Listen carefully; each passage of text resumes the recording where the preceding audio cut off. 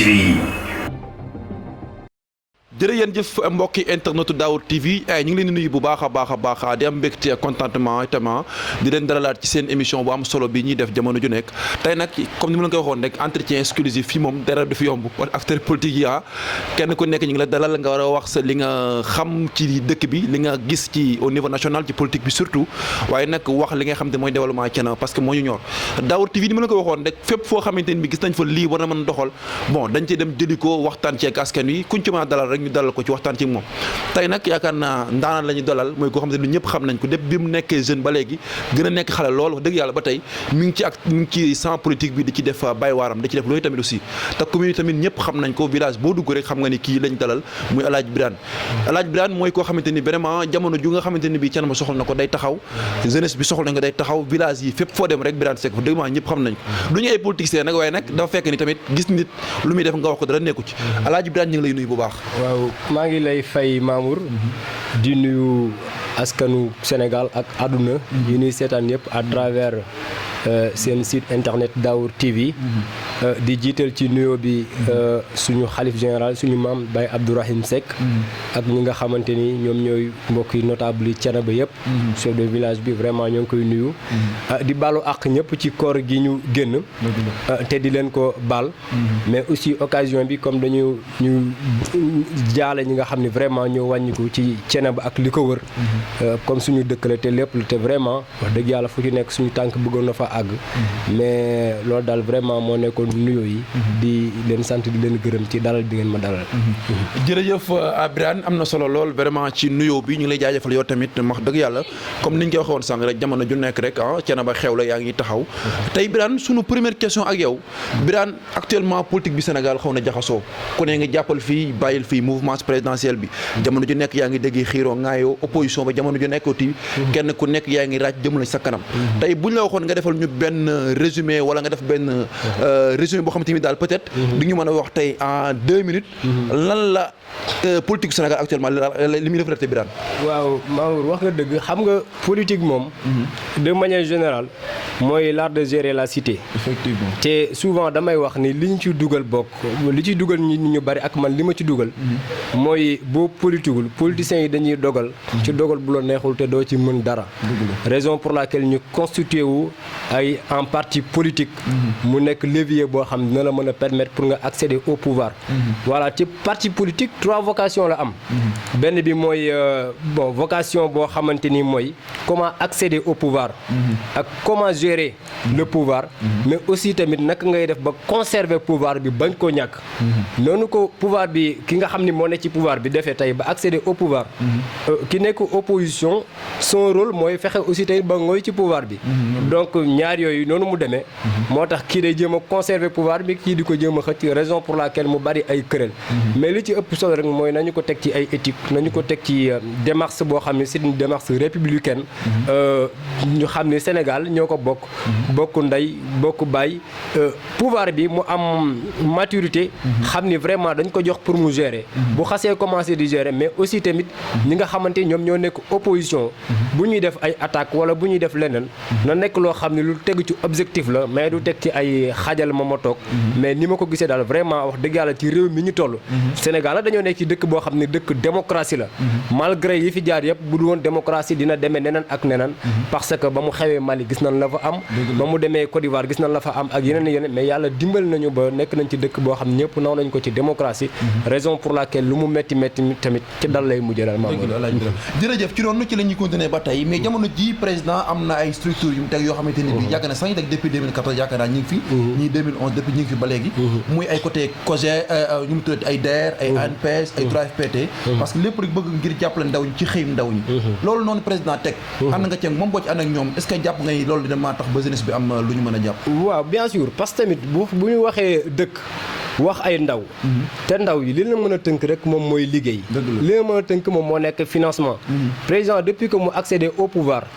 dafa waxoon ni sama programme jeunes yi la femmes yi la ni monde rural bi la donc raison pour laquelle mu tegoon ay mécanisme lu ci mel ni DER lu mel ni bokk ANPEJ lu mel ni PAPEJ lu mel ni FONGIP nga xam ni daf lay jàppale accompagner rek pour nga am financement mën a am indépendance demal sa bopp donc bi ñu nekkee ci loolu di ci liggéey ba ñu dem ba benn jëmm jamono am situation boo xamante ni dafa xew président tamit ci maturité am génn daal ni situation bii xew ci réew mi ba ñuy jaar fee ñee jaar fee ñu boole ci sax lu ci bokkul dinaa génn def benn communication wax ni leen comprendre naa leen mooy li nga xamante ni def na ko mooy conseil présidentiel bi passé pour la jeunesse ñu def ko jëm ñaajo mu di comprendre naa leen yemul ci comprendre mais daf ko traduire en acte génne lu toll a 450 milliards alloué ko DER ni léegi pour 5 ans la mais chaque année dinaa fexe ñu génne 150 milliards 150 milliards jox ko jeunes yi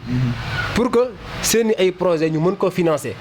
mais ci loolu pour mën a am gestion partisane nga xamante ni sénégalais bi nekk Fongolimbi ak sénégalais bi nga xam ni moo nekk Toubacouta ñoom ñoo ci yam kese mu ni dans chaque département dina am benn guichet boo xam ni guichet unique la amatul jël ay dépôt ay dossier dem déposer ko ci préfecture wala ci mairie bi pour que nit ñi mën a jaakaar ne ay clientélisme politique dañ ko ci gérer mais inscription bi léegi dina nekk en ligne pour que jeunes yëpp mën ci accéder te gëm ni loolu incha allah buñ ci demee fii ci kanam fan yi néew dinañ gis résultat boo xam ne am na solo parce que tamit bu ñu fàtte ni DER financé woon na fi ay jeunes fii ci Thiénaba ak lu ko wër ba seen financement yooyu jot nañ ci donc financement bu ma rafetlu la financement boo xamante ni tamit nañu jéem a fexe am ci financement yooyu nañu jéem a fexe inscrire ci moo gën franchement ñu toog pour critiquer wala ñuy toog naan li jaar na fi daal jaar na fi. jërëjëf Birane loolu am na solo yaakaar naa ni nga ko waxee itam noonu la parce que bu ñu defee lu mel noonu ay mécanismes yu mel noonu c'est parce que bëgg nañu jeunesse bi population bi particulièrement jeunesse bi mën ca mën a ñëw inscrire pour am ci la nag da nga ci am du ci am léegi da ngay dem nga inscrire rek lépp lu ca fekk nga xam ne loolu la voilà ñaareel bi itam mooy gis nañ nga nekkoon chargé de mission Mimi Touré mu nekkoon sa mën naa ni sax sa yaay ngeen àndoon ci langue politique angle dem nga ba nekk sa yaay ci yow ngeen ànd di liggéey tey Mimi Touré wàcce nañ ko ci ay fonction am est-ce que ba léegi mi ngi ànd ak Macky Sall loolu question bu ñuy mooy grande interrogation bi ñaareel bi itam Birane Seck jamono ji ci lu ne waaw bon Mimi Touré foofu d'abord dama koy nuyu madame la présidente Aminata Touré nekk suñu yaay nekk suñu mentor parce que li may wax rek defaluñ ko lu jar mu dugal ñu mu def ñu conseil mu def ñu chargé de mission li tax mu def ñu ko c'est parce que dañuy liggéey le président de la république képp koo xam ne jël na ko dugaloon ko ci cabinet am dafa xam ni kii ndaw président la bëgg président la ci jàppale foofu muy man mu jëlee ma ci COJER muy Pape Moussa Cissé mu jëlee ko ci COJER Parcelles ñii mu ni man ak ñoom ñoo àndoon ci parrainage bi te ay nitu président la te président mënul ku nekk mu teg la fenn raison pour laquelle mu dajale ay nitu président def leen ci cabinet bi di ànd ak ñoom di liggéey daawul toog sax réunion cabinet pour réunion politique parce que jàpp na ne ay nitu président lañ l'essentiel mooy nañu gëm président donc ba mu jugee ci loolu nag président moom moo am droit nommé civil ak militaire jëloon na ko jox ko fonction jëlaat ko jëlee ko fa joxaat ko fonction tey ji mu jëlewaat ko fa mu gi wax ni donc damay nekk militante boo xam ni bu discipliné la te ñaari wax moom du ko wax benn wax lay wax comme militante bu discipliné la te ñun fas yéene ànd ak ñoom parce que bokk nañ ci ñi muy wéetal di waxtaan te waxtaan bi mu waxtaan ak moom mooy nee na ci dynamique boo xamante ni liggéeyal réew mi la donc dañuy jàpp ni mi ngi ci parti bi ci lay liggéeyal te aussi tamit bu demoon bay génn parti wala muy créer leneen ku ne xam ne ni Mimi ragalul day taxaw am courage ni fee laa jëm mais fekk defu ko te woon signal yi tax mu koy def nañ ko gëm te jàpp xam ni vraiment président de la république moom moo ko jot te liggéey boobu ci la nekk de passage kon man maa ngi koy nuyu bu baax a baax vraiment jërëjëf Birane parce que foofu tamit dafa am benn ambiguïté mais am benn sew-sew bu fi am parce que à chaque fois Sénégal dañoo naan Mimi Touré Macky Sall dàq na ko pare mais à chaque fois dafa mel dañu ànd liggéey ku ci mel ni moom Aly Ngouille ak Omar Youm ak ñeneen ci demee ni ñoom loolu tamit peut-être problème la moom tamit bi il faut Mimi Touré moom te saa à chaque fois bu ñu ko laajee du ci nangoo leeral lu leer donc yow est-ce que peut-être mën nga ñu wax nit ñi li tax loolu loolu am waaw donc man li nga xam ni quand même xam naa ko ci moom dinaa ko wax parce que ànd di liggéey Mimi Touré bokkul ci collaboratrice yu président yi muy liggéeyal dans le gouvernement parce que bokkul ci gouvernement bokkul ci benn instance boo xamante ni day servir réew mi pour le moment ba muy liggéey ak moom donc quant à des relations personnelles foofu digganteem ak président man yaakaar naa sama xam-xam àggu fa te aussi tamit bon fi ñu mën a yem mooy li ñuy gis te li ñuy gis moom mooy wax dëgg yàlla newuñ ci jamonoy politique jamonoy liggéey ci la ñu ne bu ñu demee nag ba jamonoy politique fekk na ko daan boole ak président ñuy liggéey ci politique muy lu demee ni ci parrainage bi muy lu demee ni ci aussi tamit mu nekk directrice de campagne. je pense bu boobaa aussi tamit dinañ gis loolu. mais léegi fii ñu nekk nii mooy. bu fekkee ñi ngi liggéey ci côté gouvernement amul bu dee ñi ngi liggéey ci cadre institution amul parce que nekkul ci ñaar yooyu yëpp. relation nag ak relation président relation personnelle la comme relation yi mu am ak yeneen. donc quant à Aly Ngouille ñeneen ak ñeneen donc franchement daal ni ma xam ci Mimi Touré xaw ma ko ci ñoom. voilà. merci Birane am na solo loolu ci éclaircissement yi nga def par rapport ak relation entre Macky Sall ak ki nga xamante ne le président Macky Sall bien sûr ak ki nga xamante ne mooy Mimi Touré. donc bu ñëwaatee ci COJER bi nga nekk ca bokk nga ci nga xamante ni kilifa lañ ca biir. yaakaar naa ñi ngi wàcc élection yi déggoon nañ leen temps yee ngeen ñaxtu jamono ju nekk. mais gars yi dañ naan booy APR yi bëri nañu wax surtout booy Thiès siège départemental. voilà xam nga COJER moom li may wax rek étant jeune il faut que tamit ñuy def bruit. parce que tamit boo nee jeune wax fougue jeunesse. te parti boo xam ni dafa judd am 3 ans accéder au pouvoir. forcément da nga gis ay jeunes yu dëkk di yëngatu famille di yëngatu. mais yëngatu yooyu yëpp na daje ci intérêt commun na daje aussi tamit ci ay principes yoo xam ni ñoom ñoo bokk. man sama candidature ci COJER. yaakaar naa yàgguma ko sax wane yàgguma ko sax fésal mais dañu xool ni bu fekkee dañuy bokk ci parti. dugg ci ban ci waree dugg. liggéey ci liggéey bu rafet fii ci Thiénaba ak dans le département ba ñëpp xam ñu ci. fekk combat yu bari. Birame Faye Abdou Mbow bi muy xëccoo ci suñu kanam la Abdou Mbow Thiaye Diaby bi muy xëccoo suñu kanam la. Thérèse Abdou Mbow bi ñuy xëccoo suñu kanam la. Thérèse Mame Marème Babou ku ñuy xëccoo suñu kanam la. ñu fekkee événement yooyu ak épisode yooyu nga xam ne yëpp jaar na fi. amatul fii dans le département koo xam ne mën nga ni Birane maa ko ëpp légitimité ci parti bi. te département Thiès nekk 15 collectivités locales. 15 ou 12 yi nekk dans le département. 3 yi nekk ci biir commune bi. en termes de représentativité. ñun département bi ñoom ñoo ëpp. te ñi ma ci waxtaanal ba d'accord jàpp nañ ni franchement sama candidature accepté nañ ko te dañ ma fas yéene jàppale ba ñu téye COJER bi.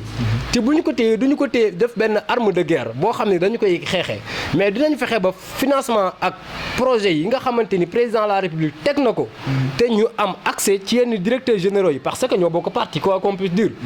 ak yenn ministères yi parce que aussi tamit dañuy gisante. fexe mu accessible non seulement ci responsable APR waxuñu ci APR journaux APR mais mu accessible ci Sénégal de manière générale. parce que ñun ñoo opté pour def politique. loolu moo tax ñu bëgg a yor COJER bi mais yoruñu ko pour nekk booy kii que ce soit. que ça soit nga nekk premier vice-président assemblée nationale que ça soit nga nekk ancien ministre directeur de cabinet. attention loolu boo koy wax dafa mel dafa am koy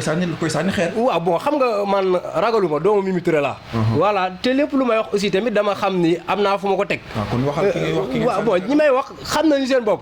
bopp parce que tamit bon lu nekk ak temps bi nga xamante quand même moo ci lañ ko war a waxee. parce que boo nee premier vice-président assemblée nationale. voilà c'est kooku am nga koy def allusion. non bu may wax loolu c'est parce que dafa am premier koo xamante ni woote woon na fi réunion fan yee. pour ni day organiser COJER. te amul benn capacité wala benn possibilité boo xam ne war na mën a organiser réunion COJER ndax bokkul COJER du président du coordinateur sortant joxuñu ko feu vert ni ko wooteel. donc lu dul am ay poulain ak ay boy yoo xam ne bëgg na leen a parachuter. raison pour laquelle ñun bu ñuy jël COJER du ñu nekk ay boyam donc booy Abdou Mbow laa wax xam naa loolu nga bëgg ma wax. nekk fas yéene wu ñoo nekk ay boyam donc raison pour laquelle daal loolu foofu lañ mën a yam xam ni COJER bi bu ñu koy nekk ay boyu président Macky Sall. mais pourquoi à chaque fois tiraillement yi ci seen bi te pourtant yéen a bokk yéen jàppal tànk muy le président Macky Sall. waaw loolu day wane ni parti bi mi ngi màgg. parti bi ba mu nekkee ñetti nit juróomi nit fii Thiès daawoo dégg kenn ko xuloo daawoo dégg kenn ko xeex. léegi de xeex bu bëri na mu. parti bi màgg te parti bi moo bëgg am existence te dinañ fexe ba parti bi reñe fi. parti bi kon dinañ fexe ba parti APR reñe fi que ça soit bon ñu ngi théoriser ay mburoog sow ak yeneen. loolu nag dafa am na aussi. waaw non ñun xam nga kuy wax mburoog sow. jàpp naa ne da nga desee xam situation réew mi fi mu toll. mais ki taxaw ni man mooy soo kee mburu kooku loolu leer na. non kooku wax xalaatam la ak waxam foofu la toll ci xalaatam. kooku ci parti PIO ñoo na fi aussi. non kooku dafa ñëw. président Macky Sall nangul nañ ko képp ku ñëw pour jàppale ko. yaa ngi dégg mais bu ñu nekkee ci moment boo xam ni moom ak ñenn ñi ñëw nañu dañoo ne ci Covid 19 ñii ni dañoo ne ci crise ak Covid 19 buñ ci nekkee dëkk bi metti boo ñëwee xanaa war nga ni ay mbaxalu pont laa fi fekk ma war a fexe sekki pont yi mu nekk mbaxal mu baax nit ñi lekk ko mais doo ñëw ni mburoog soow mel ni lu neex lañ ci jublu quand même loolu xam naa ne fuite de responsabilité ak yàq a xam mbir yi ni muy demee man dama jàpp ni APR la ñu bokk mu nekk suñ première formation politique ñu bokk ci ñi nga xamante kam dañ koy taxawal te ñaan yàlla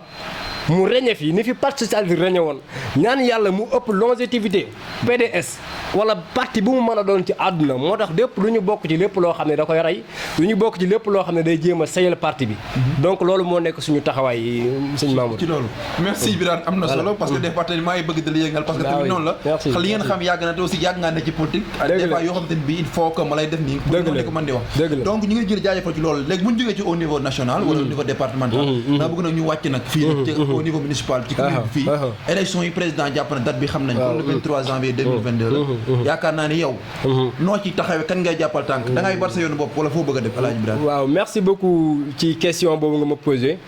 parce que man xam naa ni lépp loo xam ne dugg naa ci nekk nit koo xam ni kuy yëngatul Thiénaba la moo ma gënal position bu ma mën a am ci politique que ça soit COJER national que ça soit cellule cadre yi wala ak fu mën a nekk dans le parti donc nekk nitu Thiénaba moo ma ko gënal donc bu ñu jàppee élection municipale yi 2023 kii 2022 le 23 janvier donc mbégte lañ ci am ak fierté lañ ci am parce que man bon nekkuma candidat mais damay soutenir candidature monsieur Abdou Gningue pour que mu leer candidature boobu nag foofu ñu ko teg parce que dafa nekk nit koo xam ni ci dëkk bi ak ci réew mi li mu tekki bi mu fi nekkee ba jóge fi ci liggéeyam bu rafet toog jàpp njaamuram gérer cabinet gérer famille ku mën a dimbali ci mbokk ak ay relation mu ñëw dimbali ko mais dafa dem ba benn moment ay nit ñiy jóge Bangaaj ñiy jóge Jaayaan ñiy jóge Kër Moori ñiy jóge Thiénaba ku nekk di def délégation chaque 1 mois dem ni ko dëkk ba metti na te gis nañ ni gërëm rek moo taxoon nga jóge fa bu ñu sañoon nga ñëw mu ni man ba may dugg ci politique président Abdoulaye Wade moo ma ci dugaloon def ma délégation spéciale mairie Cambérène ma jóge fa loolu conduire ma ba ma ñëw Bangaaj nekk fa nga may ma rek tuuti foofu ma développé fii tuuti nekk fa président association dem ba quelque temps ñu jox ma dëkk ba ma def fa ay réalisations yu concrètes temps bi mayuñu ko pour ñu dugg ci comme nag ñooñu ñëwaat nañ ni ma dañoo bëgg nga ñëwaat Baye Cheikh Ahmed Tidiane Seck yàlla na ko yàlla yërëm jox ma poste au conseil li ma mën a def rek mooy dimbali waa Thiénaba jàppale leen moo tax candidature boobu nangu naa ko ni mu ko nangoo nag man ma bokk ci ay collaborateurs am ñu ko gën a jige ñuy léegi dinañ ko jàppale ci candidature boobu mais jàppale Thiénaba ñun ak ay jeunes yu bëree ñun ak ay nit yoo xam ne ay nitu Thiénaba lañu donc pour xamal nit ñi daal ne élection yi di ñëw dinañ ci jàppale le président Abdou Gningue ànd ci ak moom te di wax ni pare nañ élection yi bu doon suba insha allahu rabbi dinañ ko gagné pare nañ dañuy gagné élection yi loolu fan ko teg parce que déjà am na élection yi fi jaaroon sa waay dafa leen a laminé bu baax waaw xam nga fan laa ko teg li mbër mi di wax ne ni gëwuma daanu daan laa gëm man damaa daanu xam naa ni ñuy def ba daan xam naa ni ñuy def ba daanu 2009 dañoo dem élection gagné xam nañ nañ defoon bi ñu ñàkk élection yi xam nañ li tax ñu ñàkk ko xam nañ li ñu ko ñàkkaloon expérience boobu am nañ ko te téye nañ ko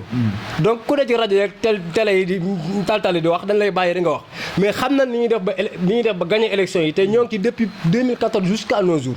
bàyyiwuñu bu ñu demoon suba élection yi dañ koy gagné mais est-ce que du ngeen juum ba daanoor aussi parce que daanu tamit gis nañ ko fi non du ñu juum ba daanu wala ngeen seen bopp fi xam nañu liy gagné Kell xam nañu liy gagné kër Assane Lo xam nañu liy gagné Daaru Mbodj xam nañu liy gagné kër Ibra Sène bi commune bi yam mais attention parce que foofu tamit bàyyil xel ni seen principal opposant foofu la dëkkee ñooñu xam nañ ko bëgg nañ ko te dañ koy jàppal tàggu itam mais ñooñu ñoo ñëw ni président Abdou Gningue ñun dañoo juum ba fal kii fi nekk dañoo bëgg nga jàppale ñu est-ce que du ñaar nit la ñëwoon foofu rek di non du ñaari nit xam nga bu fekkee ñoom dañoo ñëw wax ko président Abdou Gningue leen jëf leen ko ñu jëf ko à travers des manifestations jëf ko à travers ci seen ay actes yoo xam ne posé nañ ko ñeneen fekk si leen ci saa suñu wootee ñu ñëw lépp lu ñu def ñu ànd ci ak ñun donc dëkk bi yëpp di métti de manière générale man méttitu Thiénaba sax dootuma ci wax parce que 2014 ba tey jii ñun ñoo ngi ciy wax donc politiciens yi nga xam ne quand même jàpp nañ ni problème mu carrière ci la ñu mën a amee tur wala problème mu leneen ak leneen mën nañ ci wax mais ban ci waree wax nañ ci ban ci waree jëf nañ ci mais ñun bon bari na ñi nga xamante ni tey ji bu doon carrière su fi am na kenn du dégg ñu politique bari na fi ñoo xamante ni que mais loolu tamit nangul na leen ko parce que man amuñu ci adversaire ci ñi nga xam déjà boo waxee ni am na ñoo xamante ni bu dee carrière suuf moom bu doon loolu duñ politique tamit damay may daa non dama la wax ni suñu politique ak suñu falu ci mairie bi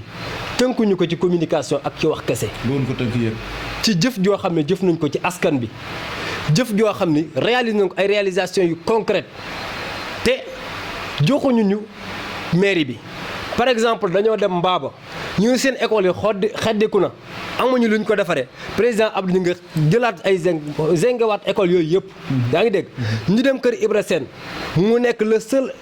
village dans la commune de Thiénaba boo xam ne amul ndox bu ñu mën a naane te président Abdou ñu ngi nekkul maire mu groupe moto pompe ba dëkk ba tey ji dañuy naan ndox moo xam ne ndox mu sell la yaa ngi dégg bu ñu demee tey ji ndan seen jeunes yi organiser leen wute leen ay récépissé ba jeunes yi mën a am représentativité seen ay mbir di dox plus de 80 groupements yoo xam ne ay caisse avec lañu ñu jàppale leen ba tey ji groupement yooyu yëpp ku ci ne ma yaa ngi am ay 5 millions. mais man sama problème. waaw toutes les réalisations yooyu gis naa ko. waaw parce que man am naa source yi. dem naa président Abdou Gningue. jox na ma rapport depuis li mu fi nekk. durée bi def lépp gis naa ne fi def. mais pourquoi avec toutes les réalisations que vous avez faites. pourquoi à chaque fois rek élection bu ñëwee rek ngeen passé à côté. non benn élection lañu. élection ma fi jàll. non yaa ngi jum parce que lii ma lay wax nii après la. bi nga xam ne Abdou Gningue nekkatul président conseil rural ci la def loolu après ci la def loolu yow bu ma la waxoon li nga xam ne Abdou Gningue def na ko bi mu nekkee président conseil rural nga ni ñu ko fal xamuñu ñu ko fal rapport ba gis naa ko voilà pour les questions ni pourquoi loolu lépp mu def koo pare gars yi à chaque fois ñu wan ko ginnaaw non boobu politicienne la yenn politiciens yi def pour jëlee fi Abdou Gningue te ñu ko def sax tey ji dañu ko rëccu tey ji dañ ko rëcc de passage maa ngi fi nuyu le sénateur Talla Seck boo fa demaatoon tey ji wax ko ni ko ndax liste ba nga bokkoon ba ñuy élection 2014 ja ngay bokkaat dana la du ma ci bokkaat bàcc siis boo demee laaj ko donc ni ko ndax liste ba nga bokkoon dana la du ma ci bokkaat bari na ay nit yoo xam ña nga ca woon bokkatuñ ca loolu pour wane li juumte moom moo amoon ak aussi tey ni bon yenn yoo xamante quand même leneen moo leen animé woon mais franchement li nga xam ne liggéey nañ ko ci ay réalisation ak di ko jot insha allahu rabbi bu ñu demee élection yi sans coalition dañuy gagné sans coalition dañuy gagné sans coalition dañuy gagné léegi bon yéen président Abdou Gningue moom bu jàppal tànk la jàppal tànk bon moom au conseil la APR la bokk président de la république lay jàppale élection yi di ñëw candidat la ci moom mooy suñu candidat le président Abdou Gningue nekk candidat wu ñu bare ci biir commune Thiénaba xam nga li ma doon wax sànq dafa ñëwaat parce que fii nii boo gisee maire actuel bi fi nekk muy monsieur Talla Diagne bi fi nekk maire waaw moom ak Abdou Gningue yëpp ñoom APR la ñuy jàppal tànk muy Macky Sall mais pourquoi ñoom à chaque fois ñoom dañuy diverger wu fu ñu toll waaw bon xam nga ñu bokk ñu jàppal tànk non xam nga APR dafa nekk parti boo xam ni parti bu mag la ku ci nekk mën na ci bokk mais suñuy diggante ak ñi nga xam quand même ñoom ñoo fi nekk te bokk APR nangul na leen ko ñan ñu fi nekk ñoom monsieur le maire ñoom Talla Diagne ñi fi nekk APR la ñu bokk président la ñuy jàppale mais fii ci commune bi du président Macky Sall moom moo tànn ke fii nekk dëgg la suñu leader politique yi donc ñun ngi xaar ci yeneen yu dul tànn ku ñu fii jiiteel parce que xam na ni bu fekkee détournement dafa am ci carrière bi nekkul Macky Sall moom moo ñëw di ko régler bu fekkee détournement dafa am ci empierrement pont Fandène du Macky Sall moom moo ñëw di ko régler bu fekkee aussi tamit dafa am yeneen du Macky Sall moom moo ñëw di ko régler Thiénaba ñoom ñooy tànn seeni nit te coalition bi nga xam ni moom la ñu fas yéene teg wala boog cadre bi ñu fas yéene demee ay doomu Thiénaba ñoom ñooy tànn président Abdou Gningue ni ko jiital ko ànd ak moom teg équipe municipale boo xamante ni vraiment gestion bu concerté moom moo ciy am gestion participative insha allahu rabbi moom moo ciy am. voilà ci politique locale bi fii nii parce que à chaque fois réalisation yi président Abdou Gningue def ngay wax te chaque jour bu ngeen ko defee tamit. bu ñu demee élection saa waa ji doole waaye day nëpp doole nag Birane. waaw bon xam nga tamit ëpp doole moom gis naa ne bu fekkoon am na doole wala amu ko dina feeñ pour le moment. te erreur jàpp naa ni moo fi teg conseil municipal bi fi nekk li koy wane mooy élection yi gagné nañ ko ba ñu war a installer maire kenn xamul kan moo war a nekk maire parce que groupe ñoo booloo woon groupe booba am na lu leen tënkoon tey ma wax secret bi fi nekkoon jàppoon na ni ki fi nekk mënul bind mënul lire acte 3 bi nee na ko mënul bind mënul lire waroon nekk maire donc am ñu ca bokk ni ñoom mën nañoo bind mën nañoo lire nañ na waaj bi bu ñu demee ba élection yi ba nga xam ne nan utiliser image am parce que bon zone nord la dëkk am na ay moyens bu ñu utiliser image am ba ñu demee ba gagné ñu ne ko yow kat acte 3 bi nee na mënoo bind mënoo lire donc doo mën a nekk maire fekk boobu moom APR la bokk am na information yoo xam ne permettre na ko ni bu ñu gagné même bu mënta bind mënta lire dina gagné ñu dem ba loolu jeex léegi nag ñooñu nag taxaw bëgg loolu lañu bëggoon mu fekk mu réaliser wu alors que moom fa mu teg tànkam dafa dëgër ci conseils yi amoon na 23 conseils yoo xamante ni yu ko favorable lañu ak ñoo xam ne ci proportionnel bi lañu nekk forcément moom mooy gagné donc man sax jàpp naa ni booy xool ñenn ñi ko wan ginnaaw la ñu jàppoon ni mën naa nekk te mënta nekk te ñu nekkoon ay collaborateur am loolu moo tax ñoom ñu wan ko ginnaaw. parce que dafa bari parce que constat bi ñu def mooy que ni. waaw seetlu nañu depuis bi ko maire toogee ba léegi. muy adjoint yi ak premier adjoint deuxième adjoint. waaw ñëpp war nañ ko ginnaaw. waaw kon dafa amoon coup bu ngeen doon seet te mu leen ko jox. waaw ñoom ñoo am coup bu doon seet parce que jàpp nañ ni bu mëntu bind mënta lire bu ñu demee ba àgg dañuy appliquer règlement loi boobu. alors que loi boobu fekk na dindi woon nañ ko ba pare. ba ñu demee nag ba xam ne loolu mënta nekk ñu am problème ci seen biir. donc nag bon comme ci seen biir la mënu ma fi nekk di ci sori mais ñun li nga xamante ni liggéey nañ ko réaliser nañ ko ndax bu nga may ma foofu rek président Abdou Gningue bi muy ñëw en 2009 dafa fekk 21 villages yoo xam ne amuñu ndox dañ doon jukki ci ay teen bi mu fiy jugee ñaari village ñoo amul woon ndox muy Mbayeen ak Kër Xaar yaa ngi dégg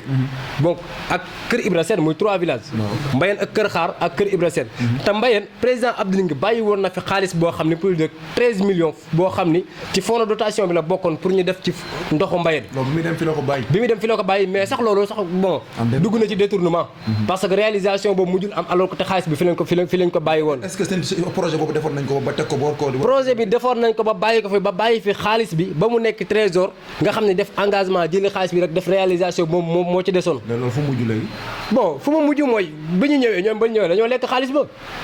boo dee xool suñu dernière déclaration yi nga xam ñoom ñoo jiitu ay en 2015 2016 di nga dégg sax ñoom ñu ci justifié wu. ak xaalis boo xamante ni dafay nekkoon pour empierrement pont Fandène. xaalis boobu dañ ko mujj lekk. est-ce que li ngay wax ni am nga ci firnde. ay firnde yu leer tamit di def. mais dossier bi di def ay di wax lu la neex nay spéculation. dossier boobu mi ngi ci justice. empierrement pont Fandène xaalis ba lañ joxoon nañ ko mujj lekk dañoo mujj le ministre Augustin Tine moom moo mujj jël ci xaalisam defar foofu pont Fandène yaa ngi dégg te donc ñoom niñ ko justifié sax mooy xaalis bi dañoo jël xaalis boobu def ci yoon boo xam te mi ngi relier fee Serif Lo ak jaayaan donc bu ñu demee pour def étude yoon bi di xool ndax yoon ba réalisé nañu ko dañ ni kat yoon bi dañ fa defoon ay xeer yu xonq ba taw bi ñëwee ca la yóbbu xeer ya léegi ay xeer moom amatu fa yoon amatu fa donc justification boobu la ñu tegoon suñu loxo. kan ma wax loolu. bon conseil municipal bi fi nekk. conseil municipal ki ko jiite mooy le maire. kon maire ngay waxal. bien sûr. waaw pourquoi doo ko wax maire yaa léegi xaalis bi. waaw non déggoo li ma la xam nga bu ma nee conseil municipal bi yow jàppal ni ki ko jiite moom mooy maire te bépp réalisation bu am ak ñàkk réalisation jàpp na ñoom. conseil municipal boo waxee ñëpp mais c'est que wax ji dafa nekk wax joo xam ne bañ ko waxee dafa yàgg pour te dire que ñun bañ a commencé combat bi ak biñ commencé di ci wax dafa yàgg lu bàyyiwuñ ba ay yëf yoo xam ne dafa feeñ temps yi rek ñu door a wax bañ waxee ji dafa yàgg amatul woon sax pour ñu wax ko. c'était ñëw ci foncier bi. actuellement spoliation bi bëri na trop gars yaa ngi xeex de gauche à droite. waaw non problème mu foncier bi moom. lu ci taxawaay président bi ñu parce que moom tamit dafa non président Abdou non xam nga moom il est le mieux placé. mooy candidat potentiel bi nga xam ni jàpp nañ ni buñ demee élection da koy remporter. te gëm na ni incha allah loolu moom mooy am. lim ci war a wax na ko ci. kañ la ko waxee parce que man musuma dégg foofu te déclaré def na ko. bon def na fii benn déclaration fii ci kër gu mag gi mu ni il n'est pas question ñuy jël ay 400 hectares ay 300 hectares di ko joxe boo leen vérifier ci internet bi wala ci journaux yi di ngeen ko gis ci archives yi. nem si yàlla Ousmane Tanor Dieng bi muy dund dem na ba ci moom waxtaan ci ak moom ci li nga xamante ni moom mooy ay hectares yi ñu bëggoon a jël jox ko benn nit wax na ci ba tey toog na fi ba jóge fi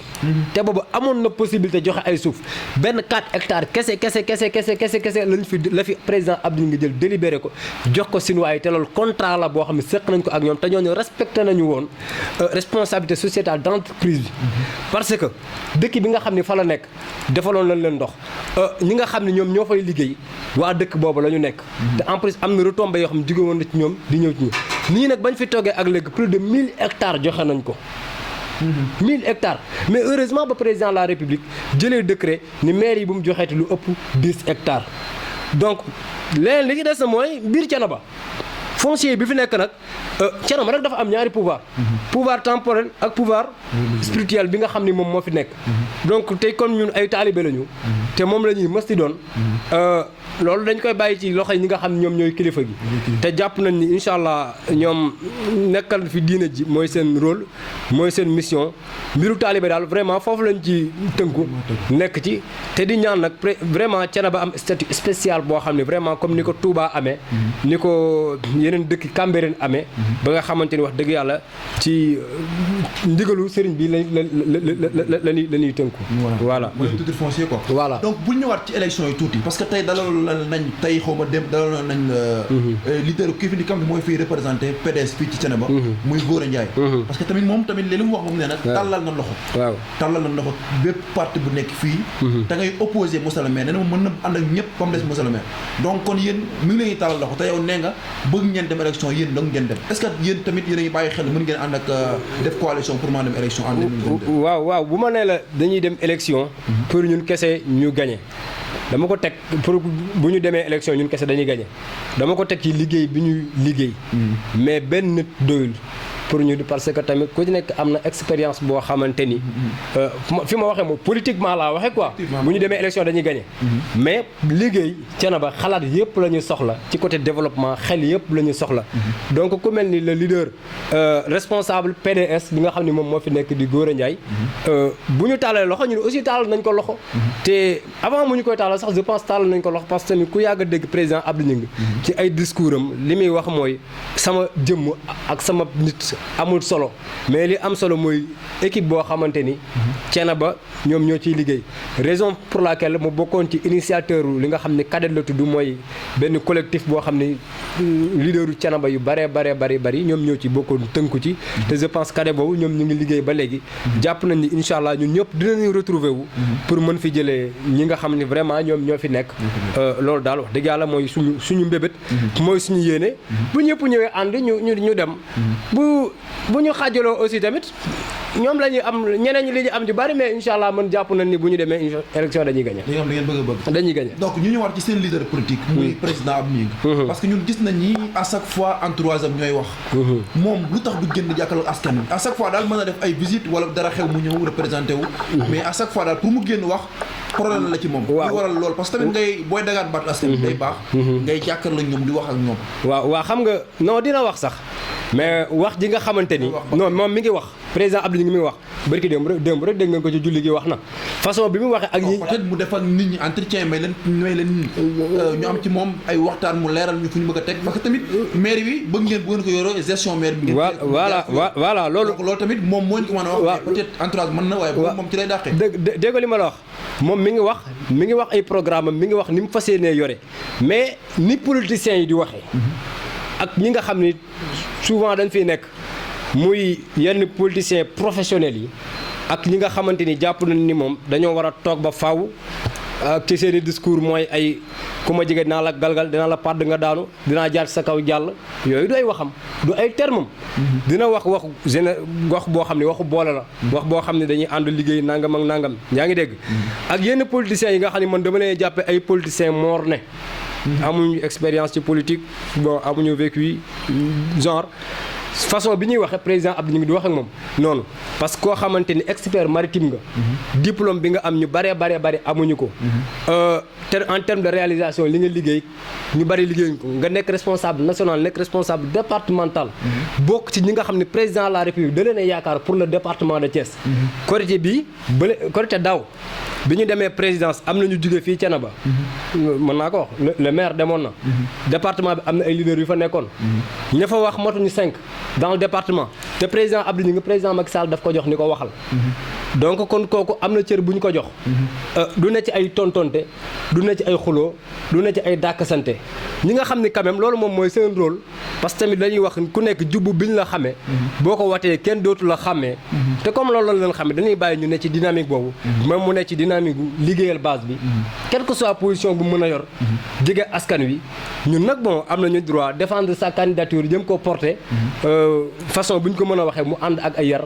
mu ànd ak ay teggin leneen tamit Khalifa Ibrahima Ndiaye président bi nga xamante ni mooy président Thiénaba Horizon démb wala ba dem def na déclaration sànni nañ benn pic nag loolu tamit bëgg naa tamit yow lan ngay tontu ci loolu parce que tamit à chaque fois sànni xeer dafa sànni ay pic sànni na pic de xaw ma nag ba xam non franchement gisuma sànni pic dégguma lu mu wax wala bu fekkee da nga am non en tout cas non lu mu wax laa bëgg a xam li mu wax kay xam nga ko mooy peut-être que fii gars yi des na liggéey bi des na waaw baax a baax te moom it gën na boppam nee na élection yi di ñëw mën na ci am dara waaw gis na yow tamit nee nga yéen ne waaw bon man aussi tamit gëm naa ni élection yi bu ñu demee comme ni ma ko waxee woon danañ ci am loo xamante ni quand même lu kawe suñu njort la muy dañuy gagné élection yi beneen bi kooku ngay wax ni bu fekkee moom moo wax sànni ñu ay pic je pense maa ngi dégg ay nit di ko wax comme ni nga ko waxee léegi ni day wax ni anciens yi ay mag yi nañu dem toog nangam bu ñu fàtte ni moom jàpp naa ni ci parti la bokk te parti bu mu bokk mooy parti démocratique sénégalais muy PDS te kii mag ci àdduna ci leaderu politique moom mooy kilifaam donc kon moom du amul cohérence muy wax na mag ñi bàyyi ndax ki mu yaakaar ci politique moom mag ci àdduna waxuma la Sénégal mais moom mag ci àdduna beneen bi ci des mooy en 2012 2011 ñun ñoo fi nekkandoo woon bokk UJTL moom ba ñuy dem di topp ci ginnaaw Abdoulaye Wade ci allée VDN yi ba mu fa wootee pour congrès ñoo ne woon ci ginnaaw di topp naan góor gi te boobu Abdoulaye Wade am na 95 ans li mu bëggoon mooy ki mag ki àdduna nekk président de la république loolu la bëggoon waaw moom ci boppam moom mi nga xam ni quand même nee nga moom moo wax loolu bon ki nga tudd turam man xam nga du ma adressé nit directement yaa ngi dégg waaw non xam nga man dafa am lu ma la wax léegi wax naa la dama bokk ci parti am ay ndomba tànk yu ma ci gérer au niveau local au niveau départemental au niveau national te kooku nee nga ci parti la bokk parti démocratique Sénégal te fii Khalifa Ndiaye kii nu mu tudd Gora Ndiaye moo jiite PDS fii Iba Thiaw moo jiite UJTL femmes yi am na ku leen jiite troisième âge bi am na ku leen jiite moom jiite wu ca dara nag da caa bokk rek jiite wu ca dara waaw comme jiite wu ca dara man du ma wax ak ku jiitewul dara association ku mu neex nga créé ko par exemple Alpha Diop seen xarit conseil local de la jeunesse la bokk moom am na légitimité parce que am na ci organisation bu mu bokk boo xam ni bu ñuy woote dinañ ko woo te loolu lu ñu reconnaître la mais comme day bokk ci loo xam ne reconnaître uñ ko yor say wax bu tey jii bu la neexee yaa ngi taxaw buntu kër gu mag dajale fa ay nit boo fa jógee tey yaa ngi dem kër ñoom mbaykan buntu kër ñoom mbaykan dajale fa ay nit ñu ne woon buntu kër gu mag ñooy demaat fee ku ci nekk xam na ni franchement nag pour may tontu kooku moom wax dëgg yàlla yàq sama wax la beneen bi ci tegu mooy te bu koo leeral rek mooy dañoo nekkoon ay élection UJTL dañ caa demoon parce que tamit bu ñu fàttali moom ngay wax doon na fi xëccoo UJTL avant muy xëccoo mairie bi ni dafa bëgg a bokk ci candidat yi doon na fi xëccoo UJTL ay jamono ba ñu demee Iba Thiaw da koo gagné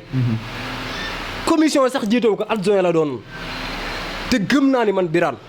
bu ñu demoon élection man ak moom sans Abdou ñu ngi sans kenn man dama koy gagné élection yi man Birane bu ñu demoon élection man ak moom dama koy gagné fii ci Thiénaba yaa ngi dégg dama koy parce que ñu def ay social ci école yi ak yeneen te beneen bi aussi tamit xam naa ni inexpérimenté ñàkki expérience politique mënta weesu jëm ay élection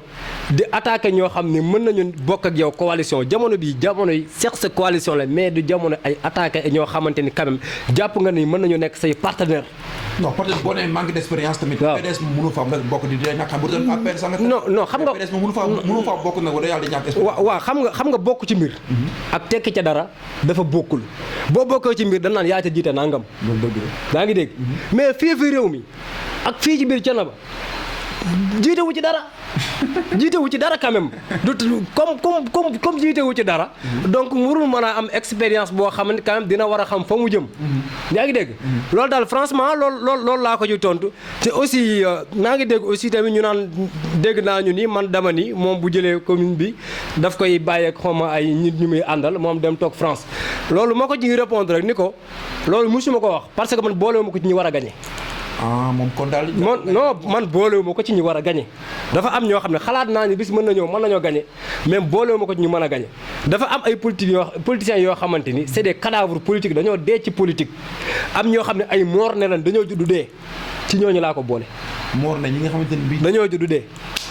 loolu garaaw na de. ci ñooñu laa ko boole. kon moom bokkatu fi mu doon yow sa bokk ci ñi nga considéré. bokkul ci ñi ma considéré comme suñu ay adversaire politique parce que bu fekkee boo dajalee ay nit buntu njóobeen wax ak ñoom ba pare boo la fa jigéen leen lan leen ànd buntu kër Baye Ngoussane Fall ñu jigéen fee ñoom ñooy delaat fee ne ci réseaux sociaux yi ak Facebook yi ak di bind loolu ku nekk mën na ko ku ne mën nga wut sa 5 personnes ku nekk nga jox ko ni ko del bind del wax ak dem université yóbbu fa ñaari poti meew ak benn chocolat photo non parce que yow defoo ko mais politique bi du loolu man li may def xool étudiants yi fi lañ dëkk. non déglu ma la xam nga université ñoom xam nañu ñun xam nañ leen man bokkuma ci ñi nga xamante ne wala ñun bokku ñi nga xam ne dan lay toroxal ba pare door laa teral toroxal la door laa teral moo yóbbu ay poto meew ak ay chocolat yoo xamante ni franchement ay mbir la yoo xam ni quand même social discrétion nga ko war a def. waaw mais xam nga tamit politique ñëpp ci non dafa am façon bu ñuy non dafa am façon bu ñu politique am na yu ñu fësal am na yu war a fësal mais ak lekk lu jëm ci biir di ko jox ñoo xam say frère lañu. mais attends yow seen président seen njiit. yéen tey bi muy joxee seen doy skit yi ñu doon joxee ci côté. non loolu dafa bokkul xam nga la sama ceeb bi. non xam waaw non xam nga loolu. kii président de la république la dañ ko jox budget mu war cee rendre compte war a am transparence ci li muy def. très bien yaa ngi dégg jox ko nit ka mu ko jox nag war a am visibilité xam ne lii fii la dugg fee la dugg ndax ay OFNAC ngi fi ay cours de contrôle yu baree ngi fi yoo xam ne bu ñu baree dañ lay saytu. ci li fës ak li fësul li feeñ ak lu feeñul mais bokk la koo xam ne da ngay wut sa benn 10 000 francs jënd ci ay chocolat ki beurre yóbbu naan da ngay filmer ki photo bëgg a taxaw ne jàpp ni loolu mooy politique bi alors que loolu du politique bi moom mooy wàcc ci base bi def social boo xam ne bu concret la lu leer nañ ngi nit ñi xam la yaa ngi dégg mais koo xamante ni Birane moo la gën a diis ëpp la doole ngay prétendre diriger di gagné koo xam c'est un responsable national. moom tamit jàpp ci dara wax dëgg yàlla mi non waaw bon ñoo ngi ko koy nangul man képp koo xam ne da ngay jug pour liggéeyal Thiénaba dañ la koy nangul mais quand même dañuy bëgg ay nit yoo xam ne quand même il faut qu'ils arrêtent seen yi ñuy wax dañ ko war a arrêté ay waxi mag yi dañoo war a bàyyi paa yi dañoo war a mën a bàyyi man loolu gëwuma ko dama gëm dañoo war a ànd ak paa yi parce que paa yi électoral lañ boo xam ne bu am solo te am nañ expérience président Abdou Gningue li nga xamante ni quand même moom mooy objectif am moom mooy projet am ak bu demee ba xas yor commune bi dafa am nu mu fas yéene tërale d'ailleurs am na ñoo xam ne jël na leen ay experts ak ay cabinet ñoo xam ne ñu ngi liggéey ci suuf bu ñu ñëwee Thiénaba dañuy xam jafe-jafe yi fi nekk bu ñu demee Mbaleen dañuy xam jafe-jafe yi fi nekk bu ñu paree tënk ko ci benn document bu ñu tënkee document boo pare nag bu ñu demee ba toog woo ñi nga xam ñoom ñoo nekk ARD woo waa PNDL woo yenn ONG yi ak ñi nga xamante ni ay ambassadeur lañ dajale leen fii ci Thiénaba mu nekk journée boo xam journée levée des fonds lay tudd ñoom ñëpp dañuy toog ku ci nekk ci ONG yooyu ku ci nekk ci ambassadeur yooyu nga ni man volet bii man mën naa ko jël en charge pour jàppale ci Thiénaba ci lu bokkul ak commune Thiénaba kii ni engagé naa benn forage pour defal ko waa Kell Gueye kii ni engagé naa aussi benn tali boo xam ne day jóge fii dem ba Kër Malamine dynamique boobu ci la ñu nekk mais nekkuñ ci dynamique boo xam ne dañuy jéem a attaquante dañuy jéem a xuloo dañuy jéem a xeex nangam ñun nekkuñ ci yoon wi te nag président Abdou Gningue du ko def mais am na ñu ko mën parce que déjà yaa ngi koy def nii. non man bu ma ko attaqué woon du fi xaj. attaqué parce que li nga wax fii moom. lu ko mën rek. non xam naa ne suba moom dina woote conférence de presse. non man du ma attaqué koo xamante ni franchement parti ba ma bokk xamuñu ko man ki may attaqué mooy ku am doom ba tàgg ci parti mais ko dajale ab association ñetti nit ñoo xam ne yëpp yéen a bokk kër ñëpp yéen a bokk kër ñëpp yéen a bokk kër franchement man ku dajale kuy def loolu man du ma la attaqué quand même du ma la attaqué dama koy remettre à sa place rek mu xam ne Abdou Gningue li ñuy waxal Abdou Gningue du ko ñuy attaqué ci politique voilà jërëjëf Birane ñu leen di fàttali leen tamit ñi ngi ciy ànd ak Birane Seck xam ngeen ko képp koo xamante ne bi yaa ngi gis président Abdou Gningue bi fi nekkoon moom yaa ngi gis Birane Seck ndax wax dëgg yàlla jamono ju nekk ju ñu gis Abdou Gningue ñu ci wetam tey moom lañ dalaloon ngir muy jàppal tànk président Abdou Gningue ci élection municipale yi te moom lañ jublu kon mbokk yaakaar naa temps bi dese bariwul kon dañ koy bàyyi rek Birane nga wax sa dernier mot comme ça ñu mën a bokk suñu jotaay waaw sama dernier mot mooy di leen santaat bu baax di gërëm waa Dawour TV di gërëmaat waa Thiénaba yëpp di wax am nañu mbégte trop vraiment ci émission bi nga xam ni def nañ ko di lancer waat appel jeunesse bi yëpp ñu gën a am engagement gën a am détermination ci li nga xam ni moom la ñu jëm di wax ni vraiment Thiénaba suñu Thiénaba la ñun ñëpp ñoo ko bokk mais di nuyu ñi nga xam ni quand même ñoom laa bokkal parti ngeen may ma ko muy waa APR ak waa COJER ñi nga xam ne vraiment samay collaborateurs lañ te nekk dans le département di nuyuwaat bu baax le président Abdou Gningue di nuyu suñu responsable ñi ne ci commune bi yëpp ñi nekk Diayane ñi nekk Ndindi ñi nekk Kell ñi nekk Bangaaj ñoom ñëpp ñu ngi lay nuyu incha allah di leen wax ne dina entamé waat suñu deuxième phase liggéey bientôt di wax maa ngi sant ñëpp di gërëm ñëpp jërëjëf Birane yaakaar naa am na solo moom Birane Seck xam ngeen ko ñu ko doon dalal tey muy koo xamante ni yaakaar ni mu ko waxee rek au niveau local am na lu fi représenté au niveau départemental am na lu fi représenté waaye au niveau national tamit ku ne xamoon na ko nekkoon na conseil nekkoon na chargé de mission bu Aminata Touré vraiment wax dëgg yàlla amoon moom di liggéey bu am solo ñu nit duñu ay politiciens yàgg na leen ko wax faruñu fenn ànduñoo kenn waaye képp ku ñu yaakaar ne bu ñu la dalalee war nga mën a génn xam-xam maire bi moo ñu ñor localité Thiénaba moo ñu ñor dañ la dalal kon yow nga waxtaan ci ak ñun bàyyiwuñ kenn képp ku yaakaar war nañ ñaa dalal rek boo ñëwee Daawur TV dina la dalal waxtaan ci yow nga waxtaan ci ay lu ma am solo moom tamit wax dëgg yàlla génn na fi xam-xam waxtaan nañ ci lépp lu ñu fi wax tamit waxuñu ko pour di jaxase kenn ak kenn langue politique la ça a été toujours comme ça noonu la demee boo buggee daal akaar da ngay ñemee kaani comme ni ko ëpp di waxee donc kon politique baa ngoog lépp lu ci waaye yaakaar ni boo ko defee Thiénaba avancé boo ko defee communauté bu Thiénaba dina avancé rek incha allah ñu ngi lay woo fi di la bàyyiloo xel di leen jaajëfal di leen wax ni amoon nañ Cheikh Gueye comme ci caméra bi seen mbokk Mamour moo nekkoon ci micro bi di leen jox di daje incha allah jamono salaamaaleykum wa rahmatullah wa barakaatu